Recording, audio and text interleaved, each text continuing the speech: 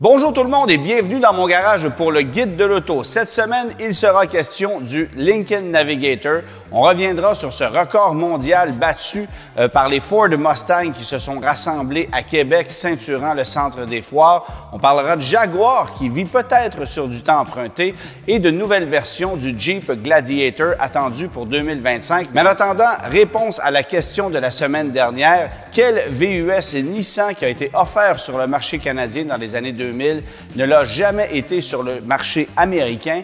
Mais la réponse, c'est le Nissan X-Trail qu'on a vendu ici en 2005-2006, le temps que débarque le Nissan Rogue, qui est un produit qui était exclusif au marché américain ou nord-américain, devrais-je dire, à ce moment-là. Évidemment, le Rogue aujourd'hui, c'est un véhicule qu'on appelle le Nissan X-Trail à l'international, mais à l'époque, c'était deux produits complètement distincts.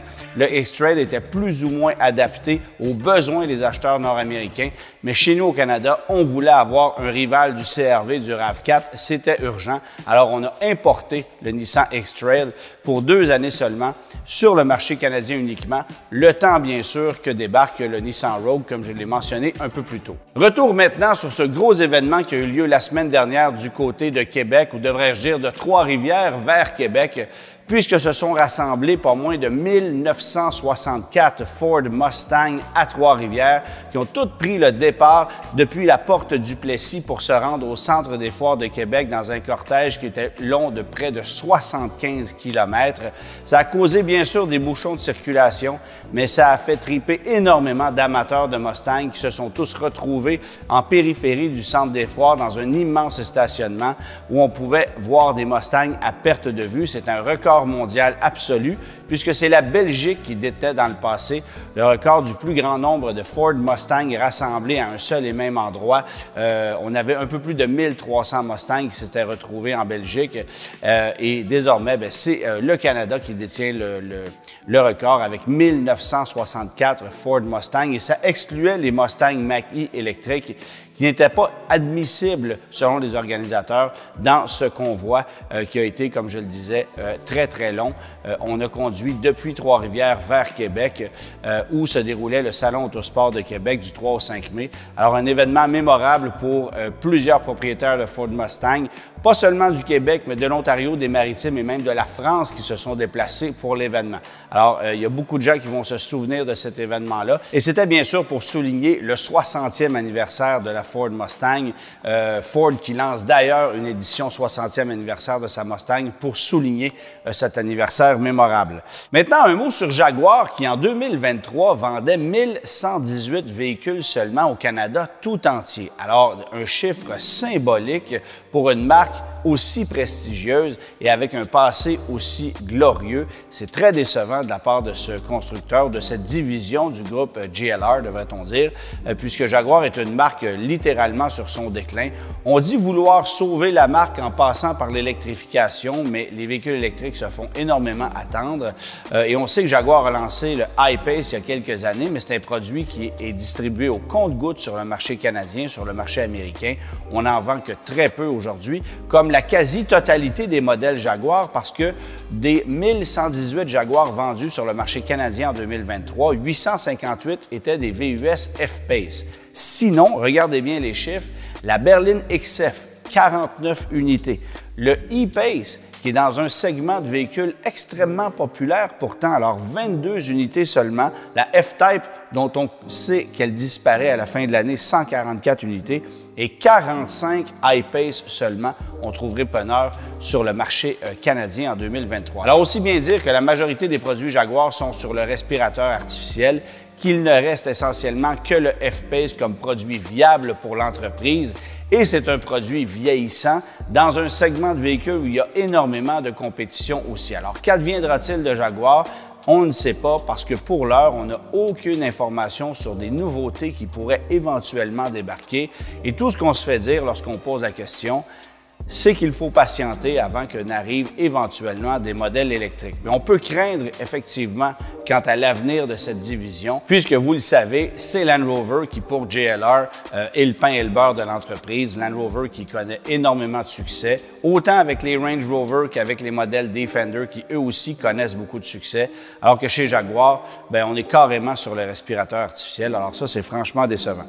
Jeep, qui commercialise depuis plusieurs années des versions 4XE du Grand Cherokee et du Wrangler, a annoncé tout récemment qu'on allait offrir en 2025 une version 4XE du Gladiator, donc la camionnette Gladiator qui est directement dérivée bien sûr du Wrangler, mais qui permet d'avoir beaucoup plus de capacité de remorquage et qui a cet avantage d'offrir une benne arrière, donc un format camionnette.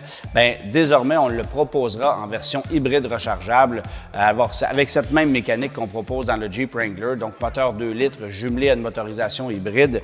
Ça permet d'aller chercher 375 chevaux, 470 livres-pieds de couple et d'obtenir une autonomie qui se situe autour de 35 km avant de tomber en mode hybride.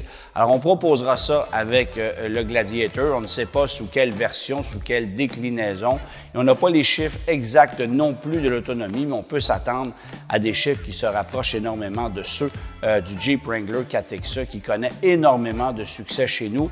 Remarquez, est-ce que ce modèle arrivera à temps pour qu'on puisse bénéficier de certains crédits qui sont toujours en vigueur chez nous au Québec et qui risquent de fondre en 2025? Il reste à voir si Jeep sera proactif à ce niveau-là. Il faut savoir que le Gladiator 2024 est arrivé seulement en avril 2024 sur le marché canadien. Alors, si on fait de même pour le millésime 2025, bien, aussi bien dire qu'on ne profitera pas des pleins crédits qui sont encore offerts chez nous au Québec et qui, on le sait, seront diminués à 2 000 $ plutôt qu'à 5 000 sur le marché du Québec en 2025. Lincoln Navigator maintenant, ce gros mastodonte hyper luxueux qui dérive directement du Ford Expedition avec son V6 EcoBoost de 3,5 litres. Un véhicule qui est franchement impressionnant, qui a un rendement énergétique honnête, très comparable avec ce qu'on propose du côté de chez Cadillac qui exploite encore un gros moteur V8 de 6,2 litres.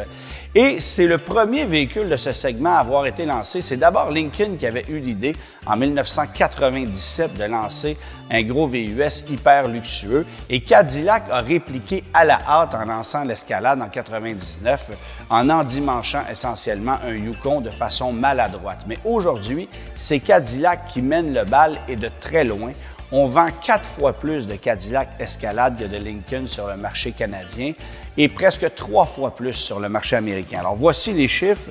Cadillac a vendu 3 678 Escalades sur le marché canadien en 2023 contre seulement 924 Lincoln Navigator. Du côté des États-Unis, 17 649 Lincoln Navigator contre 41 690 Cadillac Escalade. C'est énormément de ventes pour Cadillac qui connaît un succès fulgurant avec ce VUS qui se vend souvent beaucoup plus cher que le Lincoln Navigator parce qu'on va offrir davantage de déclinaisons.